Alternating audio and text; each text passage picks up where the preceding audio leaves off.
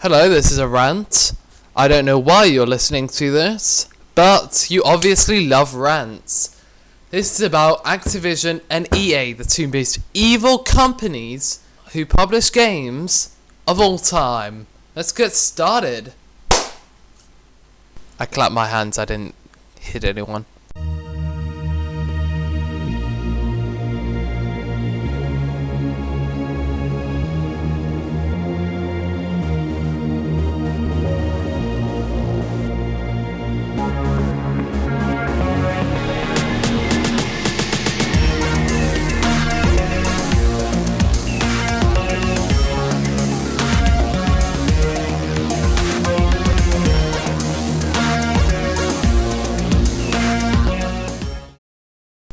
Okay, let's get started.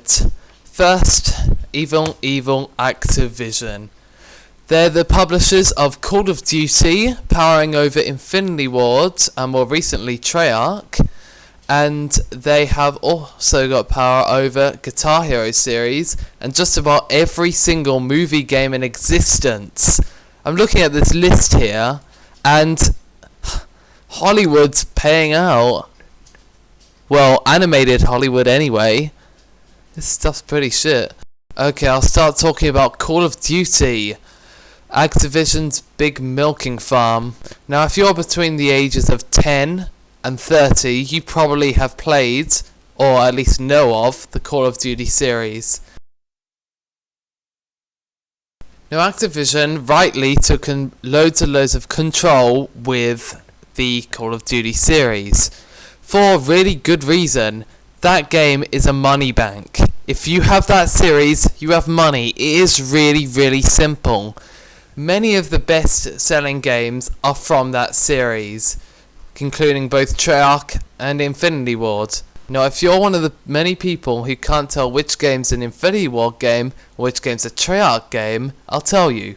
Call of Duty 1 was Infinity Ward. Call of Duty 2 was Infinity Ward.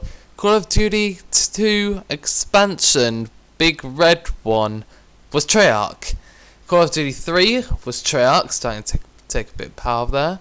Call of Duty 4, a bestseller, Infinity Ward. Then Treyarch took a step backwards, went back to World War II, and made World at War, which was an alright game. I don't know, I didn't like it that much. And Modern Warfare 2, which you've probably all heard of, which was Infinity Ward. And then Treyarch took over again with Black Ops that came out a few months ago in 2010. Now let me tell you the real difference between Infinity Ward and Treyarch. Now, Infinity Ward had its CEOs fired in 2010 March. Now this was a major problem with the series, because that also was a sign that Infinity Ward wouldn't be making a Call of Duty title for a long time. Now, Sledgehammer Games, I have no idea who the hell they are. They were made in 2009. The only thing they're doing is this new Call of Duty, so we have absolutely no reference. They were practically made for Call of Duty, like 343 for Halo. And, well, it's not the best choice that they've ever made. They've fired two people that they accused of treason in the gaming world for working with EA. Now, I haven't mentioned this, but it's pretty obvious. EA and Activision hate each other. Recently afterwards, the CEOs decided to make a new game company in EA called Respawn Entertainment. Now, these people seem pretty happy with their new choice. It probably is a good choice. Except for that they signed up with a second evil company. Should have chosen Valve. Anyways, now these people have set up this new company, and basically Activision is taking the piss at them, saying that they were leaking stuff and all that sort of stuff. And EA is going on about Treyarch not being able to make a decent game as good as Infinity Ward did. So obviously EA's on Infinity Ward's side, and Treyarch's just sitting there going, what did we do? And sitting behind Activision as they deal with all of it.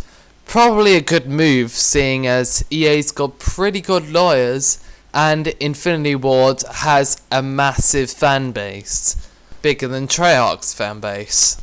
Now, as much as I would love to see Infinity Ward make a Modern Warfare 3 with, that is an included title, Makarov didn't die yet, but they should become independent. Sticking with another one of those evil publishers isn't the right choice if you're going to get a good game out there. Now, I'm going to talk about the DLC. I probably don't even need to. Now, Activision absolutely loves money. Who doesn't? Well, this CEO tells absolutely everyone that he wants more money. First, he sets the map packs really, really high. That's about $15 per map pack. There was 2 of which, I think, for Modern Warfare 2. I bought them both. That cost me $30. That isn't the way to do it. It really isn't. And most of those were just from Call of Duty 4, which I could have just played anyway. So yeah. And now also that he's been talking about paying for multiplayer. Now this might be just because of their shareholders nagging them going, oh come on, you can get more money out of that. Or it's probably maybe just Activision. But the CEO talked a while ago about a pay-to-play thing. That's not one of the things you want to be talked about for in the news for. It's just not right. So anyway, recently he's gone, okay, maybe people won't like that. How about a second tier of multiplayer which you can pay for? Which is still the same thing. It's like, I don't know, playing World of Warcraft if they had a free version of it and the free version was crap. Probably a bad analogy. So that's probably not the good choice. They're practically saying, hey, we're evil, give me your money. But they know that they can get money out of the Call of Duty series, and they're going to test it and stretch it as far as it can possibly go.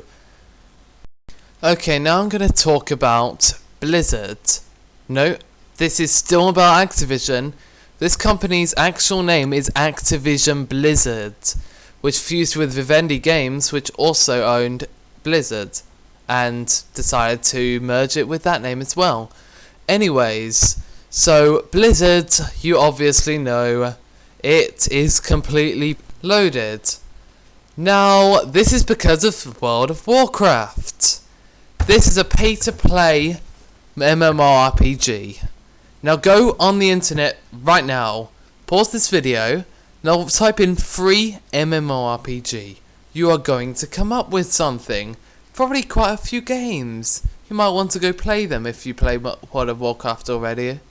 It'll save you quite a lot of money. Now, World of Warcraft, I don't know the exact, but I think it's about $100 a year or something. I pay that much for Xbox Live, and I've got more than one game. Now, also, a few more facts. Blizzard created World of Warcraft in 2004. Started meeting up and doing collaborations before they actually binded with them. They just officially did it July on 2007. And, well, that's also the same year as the first expansion pack came out. Now, these expansion packs add to the lifespan of it, but you have to pay for them all. So, I understand it's an old game, you want to keep it living, and you want to get more money out of it. But a lot of games that are old, if they haven't fallen into disrepair, they might add a few more updates to it. But this is Activision Blizzard we're talking about. Last year, Cataclysm came out. More expansion. There's just like a few more races or something, and elf chicks. I don't know what World of Warcraft's got in it. Something about Azeroth. I just watched the machinima, and I can't even do that without laughing. So yeah, World of Warcraft. WoW. Life Spender. That's about it. And it makes loads and loads of money. That's actually quite disappointing. I'd rather a good game made that sort of money. Okay, you might be going, oh no, it's good. Look how many people play it. Yeah, it's mainstream, it's MMORPG, it's a popular game. And they milk its death. Okay, let's go on to something else because I'm bored of talking about World of Warcraft.